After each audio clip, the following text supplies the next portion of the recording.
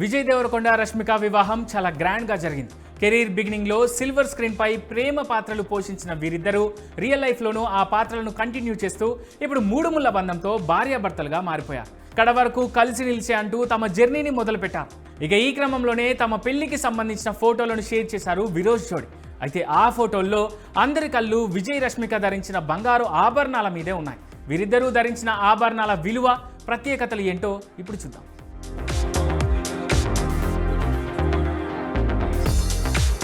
విజయ్ దేవరకొండ రష్మిక ధరించిన నగలను హైదరాబాద్కు చెందిన ఓ ప్రముఖ జ్యువెలరీ సంస్థ రూపొందించింది. ఇందుకోసం సదరు సంస్థ దాదాపు 10 నెలల టైం తీసుకొని మరీ వినూత్నంగా రాజసం ఉట్టిపడేలా డిజైన్ చేసింది.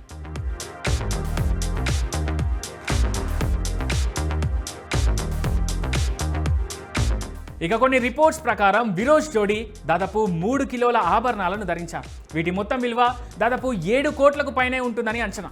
ఈ ఆభరణాలు దక్షిణ భారత ఆలయ వాస్తు, రాజవంశాల వారసత్వాన్ని ప్రతిబింబించేలా నక్షి, రవా పనితనంతో రూపొందించారని తెలుస్తోంది. ఇక వెడ్డింగ్ ఆఫ్ విరోజ్ లో వధువు రష్మిక మందన మొత్తం 11 రకాల బంగారు ఆభరణాలను ధరించారు.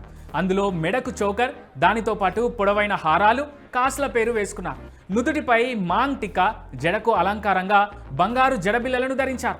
వీటితో పాటే చెవులకు భారీ జుంకాలు, వడ్డానం, అరవంకీలు, కాళ్ల పట్టీలు, చేతులకు హాట్ పూల్ను ధరించారు.